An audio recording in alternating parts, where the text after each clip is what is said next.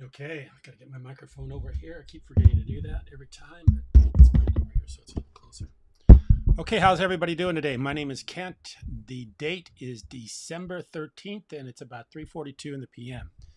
And what you're looking at is Jerome Powell, the chairman of the Federal Reserve. And the reason I have his picture up is because they made a decision today to keep the rates the same. They're not going to lower the rates. They're not going to raise the rates, which is what we're going to talk about, what to do with your money in 2024.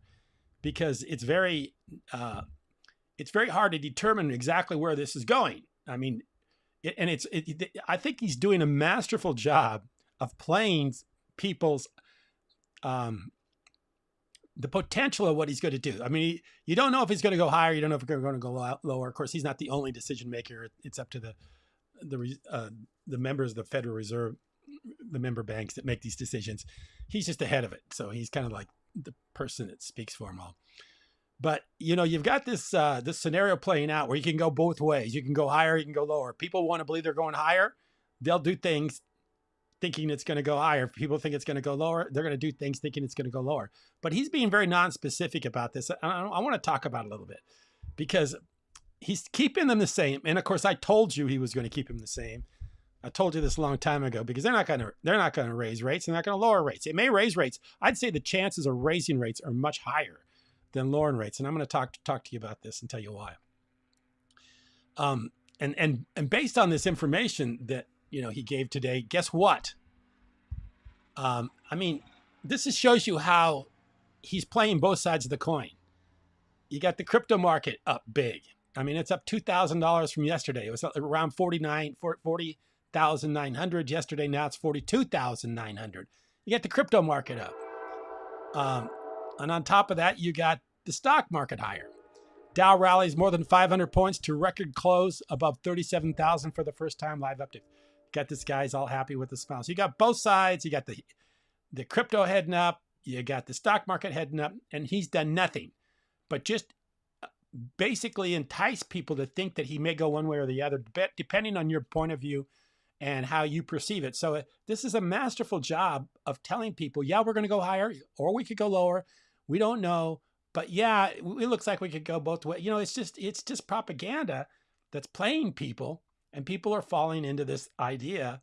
Tons of people think they're going to go lower. A lot of people think they're going to go higher, but nobody knows. So he's not pinning himself down to any one point, which means that both sides can feel really comfortable with what's going on, which is exactly what he wants. He wants the status quo. He wants people just to keep going and not have to fear inflation or recession. And that's exactly the way he's playing this thing. So I want to talk a little bit about the Fed funds rate, where they're at right now. Fed funds rate is where the banks borrow between each other.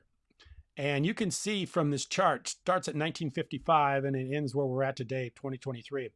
And you can see in the 1980s, look at this. In 1980, okay, this is about the time I was a stockbroker. And this is why I cannot stand this guy right here. I can't stand tall Paul Volcker. The guy was about 6'7" tall. He was the Federal Reserve chairman. He was Ronald Reagan's guy, and they just clamped down on on inflation. And he raised interest rates to almost 20 points or 20%. When they had over 20, or maybe they were close to 20. I can't remember. And I'll tell you what happened during this period of time, because I was in this period of time. You had an incredible farming boom in the 70s because Nixon took the dollar off the gold standard. It raised commodities like crazy. People made money on the farm. Oh, thanks for the thumbs up. I appreciate it. So people made money on the farm like crazy. These were good farming years, 70, 71, 72, 73, 74, great farming years. That's when I was a teenager. Guys were buying new pickups, combines, tractors. It was just farming. You had a guy by the name of Earl Butz, who was the Secretary of Agriculture, and he was basically telling farmers, fence post to fence post, farm, fence post to fence post, get as much agriculture in as you can. And it was booming. And we didn't know, of course, at that time, you didn't have the information we had now. So all we knew is that I remember beans. I used to grow Great Northern beans. They were $50 100 pounds. They're not that today. Corn was off the chart. Everything Sugar beets. We grow sugar beets. That was incredibly prosperous too. So you had incredible farming years. And then, of course, inflation, because once we took the dollar off of the gold standard, it went high inflation. So then they started, and he has Jimmy Carter years, and Jimmy Carter got a lot of grief for the high inflation. So along comes the fiscally conservative Ronald Reagan and his trickle-down policy, which was a joke. I made a video about that. His trickle-down. So in other words, what his theory was, if you, and of course Paul Laffer was in all this too, his advisor. I made a video about this. The person who advises Cathie Woods, who's the head of ARK, who's trying to get an ETF with Bitcoin. Laffer and Cathie Woods. Cathie Woods, I think, was a student under Laffer at the University of California. I'm not sure about all this, but anyway. So anyway, then you had these super high interest rates. This is when I became a stockbroker, about 1980 through the early 80s. And what happened was, during this high inflationary time, it really killed the economy. There was such a tightening thing going on. During the high inflation years, people were trying to buy anything to beat the inflation rate. But then once Reagan started cracking down on this, and it just killed the economy. I mean, the economy just dropped off. You can see where it dropped off. They kept them real high for a long time. And these early 80 years were bad years. Bad years for the farm. Bad years if you were trying to do something. I mean, if you had money on interest, it was great, because if you could add, let's say you inherited $1 million, you could buy some sort of government instrument security for 20% interest. You're making $200,000 a year. In the early 80s, that was pretty good money. But the problem was that's why nobody was investing. Interest rates were so high, they just keep their money on interest. So these were bad years for me. And I never was a Reagan fan. I don't really care for Reagan too much, because these were my early 20s years when I was 20 after graduating from college, and it just collapsed the economy. In fact, I had a good friend of mine who was a carpenter. He was a builder. He was a really good builder, and he had built himself a house, beautiful house, built by hand. And he showed it to me one day. I went out there, and he had this beautiful stone fireplace, all done by hand, and he had etched out each one of the stones and made it so it fit into the fireplace really well. Had big heavy wood lumber around it. I mean, it was just immaculate. All handmade carpentry, cabinets and everything like that. And he lost it. He lost that house, even though he'd worked his lifetime to build it and a lifetime to save for it. And he lost it in the early 80s because of the high interest rates, because the interest rates went so high. And of course, he had to borrow a little money to fix up the house, to do the house. Then he literally lost his home. And of course, many farmers went out of business. This just totally, it was just savage on the farming community, this early 80s. Because farmers have to borrow money to operate on. When they were borrowing money at 20-25% interest, they just wiped them out. This area right here just totally wiped out so many people with this big peak. But anyway, back to where we're at today. Look at where we're at today. We're just a little bit over 5%. So that's pretty much in line historically about the medium of where we've been over the last, since 1955, over 60 years.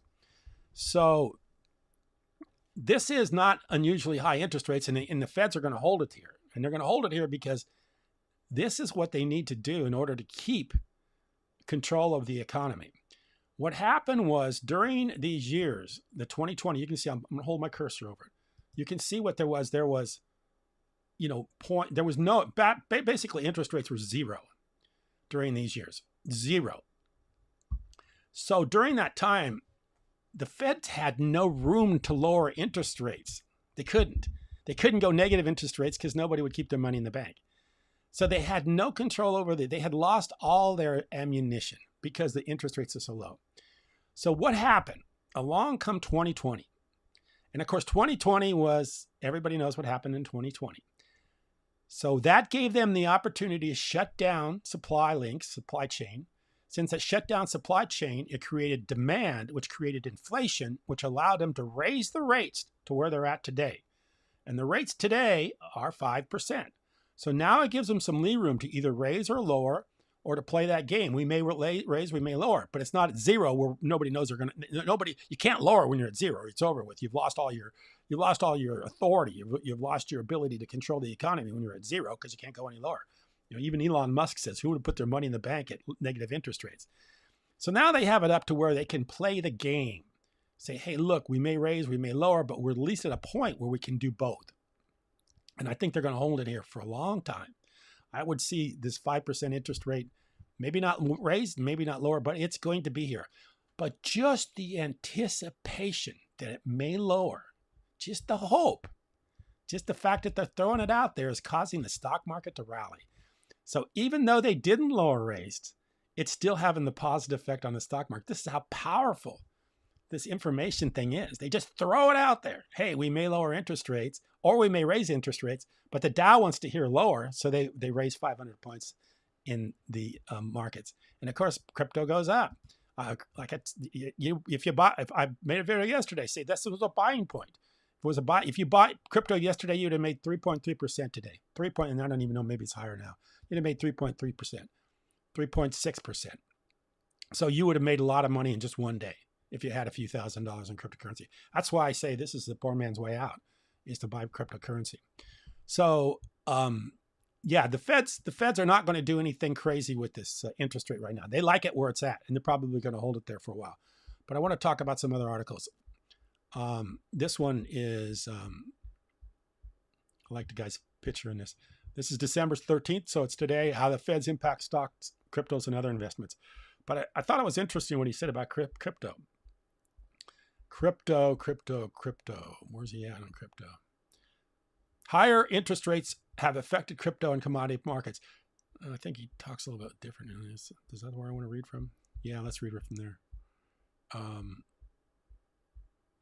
Stocks and cryptocurrencies have endured notable volatility as investors have factored in rising rates. But what is in store in the next 6 months, which may be rate hikes, which I think maybe so, already completed and perhaps no more in the cards.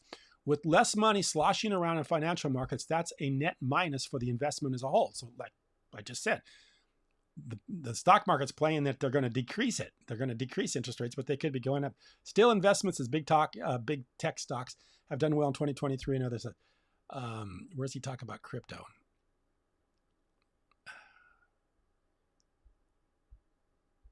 Okay, here we go. Cryptocurrency, I'm going to read from right here. Cryptocurrency has been touted as the cure-all for what ails you, whether that's inflation, low interest rates, lack of purchasing power, devaluation of the dollar, and so on. These positives were easy to believe as long as crypto was rising, seemingly regardless of the other assets. So it's kind of like he said, it's the cure-all for everything. If the rates go up, buy crypto. If the rates go down, buy crypto. If we have inflation, buy crypto. If we have deflation, buy crypto. And the reason why is because crypto is not being affected by all this monetary, speculation about what they're going to do, because it's a fixed supply of 21 million and it's going to go up no matter what, just simply because of the fact there's going to be more demand. There's going to be more demand. So demand's going to cause it to go up outside of what the Federal Reserve does. And I noticed this was kind of interesting. The U.S. CTF approves Bitcoin future platform binomials derivative clearing application. So the Commodities Future Trading Commission granted crypto derivatives company binomial approval to register as a derivative clearing organization in the U.S., letting it set margin, futures, and options contracts. So there you go. The CFTC Commission's already approving it as something you can buy derivatives against. So that shows you they're opening the door. And also I wanted to show you this, that the Security and Exchange Commission continues meeting with Bitcoin ETF hopefuls. Here's what they are discussing. So this guy right here, nothing groundbreaking to report, but 4 different issuers have met with the Security Exchange regarding their Bitcoin ETF filing in a few days. BlackRock met with them yesterday for the 3rd time in as many weeks. They're not meeting with these people if there's not going to be an ETF. While Grayscale, Franklin, and Fidelity each had meetings last week. So they're all having meetings with you. So you got to figure the ETF's going to happen for sure. What's that going to do? That's going to squeeze Bitcoin higher. The reason is because There's a very limited supply of Bitcoin available to sell, especially with people holding on to it, knowing that there's a halving coming up very soon. Halving meaning the rewards are going to be cut in half. So they got the ETF and trillions of dollars of investor money being ready to pile into this thing, squeezing the supply.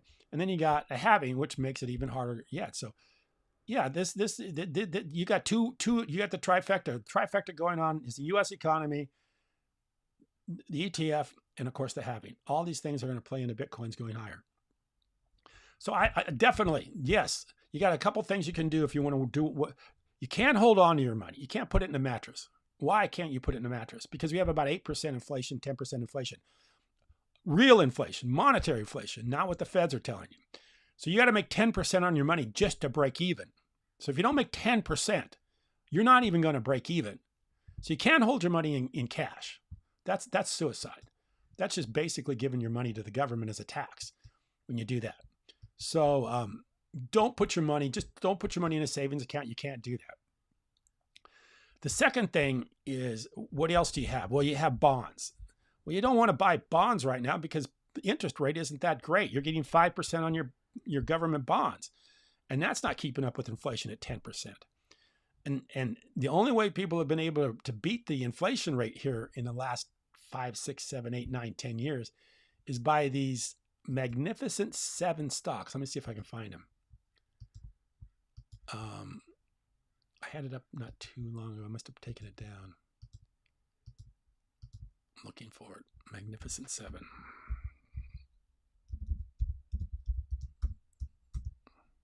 These are the 7 stocks that almost everybody's been making money on, despite what the market's doing.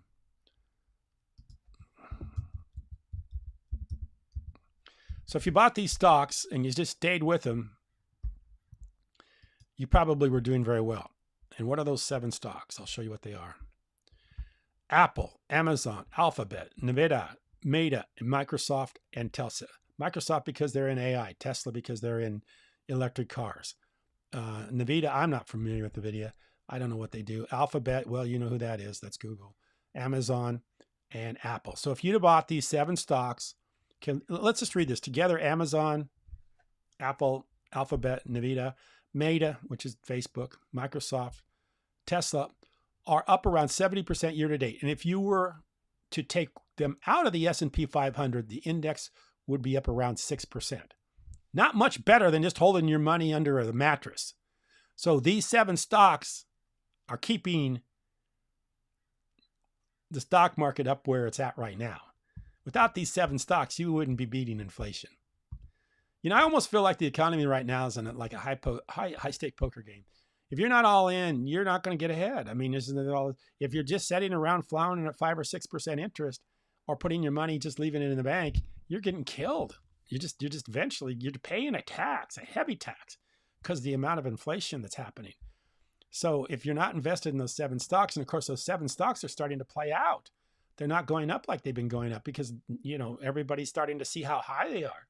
They're reaching highs really big. And so they you know, if you tighten money and there's not as much money, those stocks aren't going to continue to go up.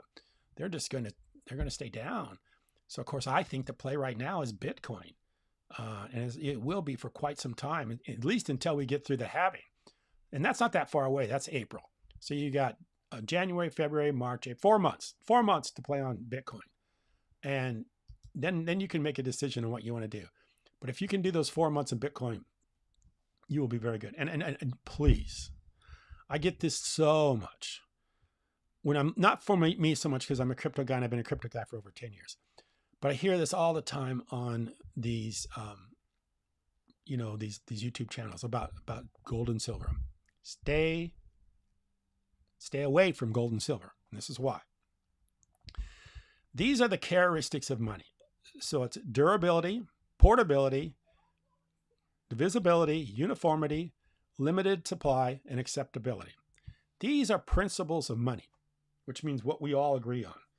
So we'll just go through these. So something has to be durable. So in other words, it can't be something that just evaporates. It's got to be durable. It's got to be something that's got some, some withstandingness. I mean, crypto is durable, even though you can't take it and put it in your wallet, but it's durable because it's been around and it's protected. It's protected by the hash by the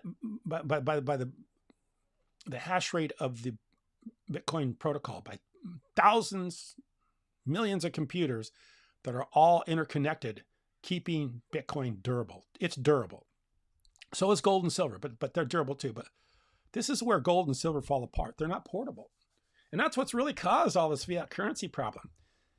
You can't walk around with with a pound of gold in your pocket.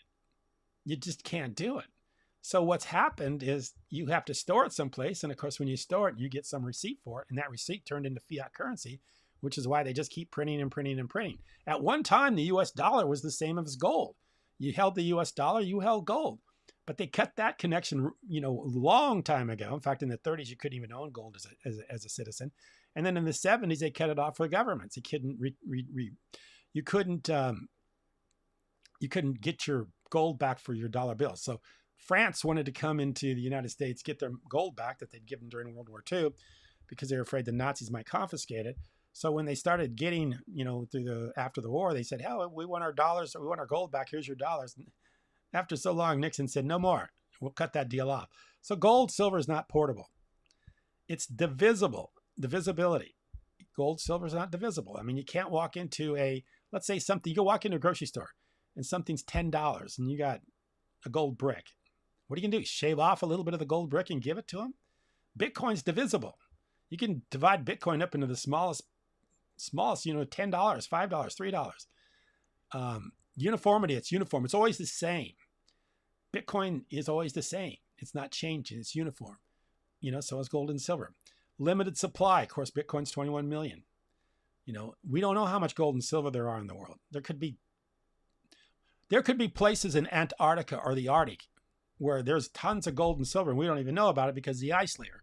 But maybe one day we figure it out with all the technology that keeps expanding and growing and the ability for us to go into different places in different parts of the world with machinery. And now we've got drones and we've got satellites, and there might be ways of finding gold and silver that we've never thought existed. Limited supply. Okay, so like I say, it's limited. And acceptability. Of course, if I walk down into my grocery store here, I cannot give them gold. They wouldn't give me any money for it. First of all, because gold there's other materials or metals that are very similar to gold, so you can fake gold. In fact, I was listening to Peter Schiff. He's a big gold guy, if you don't know who he is. But they were talking about how if you have a gold bar, they don't even accept it unless they drill it first, because they got to find out if it's gold all the way through. So there's always a skepticism. I mean, if you're buying gold, that's why people like to buy U.S. gold coins, because they know at least if it was minted by the U.S. Treasury, it was gold. But if you're just buying loose gold, how do you know what you're buying? You don't know if it's 10 karat, 12 karat, 14 karat. You have to have ways to figure out what it is. So don't buy the gold and silver thing, because most of the time, if you're buying gold and silver, all you're doing is you're enriching a guy like Peter Schiff, who takes a percentage of what you buy. So in other words, what Schiff does is he's got a company called, I'll show you Peter Schiff. I think Euro Pacific is his company. He will never like Bitcoin. Here he is. He's a gold guy. I mean, I don't even think he thinks Bitcoin is real. I think he thinks it's imaginary. But anyway, I'd like to ask him if he thinks $43,000 is imaginary. That's where it's at right now, dude. So anyway, he just makes money on his Euro Pacific fund. Let me see what it is. It's called Euro Pacific. He's not an unbiased person. He's a person that's got direct connections to you buying gold and silver, because it helps him out, because he holds a lot of these. And of course, he holds a lot of mining stocks. I used to be a stockbroker. I've seen so many people lose money in mining stocks. My God, that's the biggest scam. I wouldn't say all of them are, because it can't go completely all, but I saw so many people get taken from their money by mining stocks. You don't know what these mining stocks are going to do. You don't know what their overhead is. You don't know what their costs are. That's just really a fool's buying Now, there's a difference between, now I've never bought Bitcoin mining stocks either. That's miners that are mining with computers, not mining with D11 Caterpillars. These guys are mining with D11 Caterpillars, which are expensive.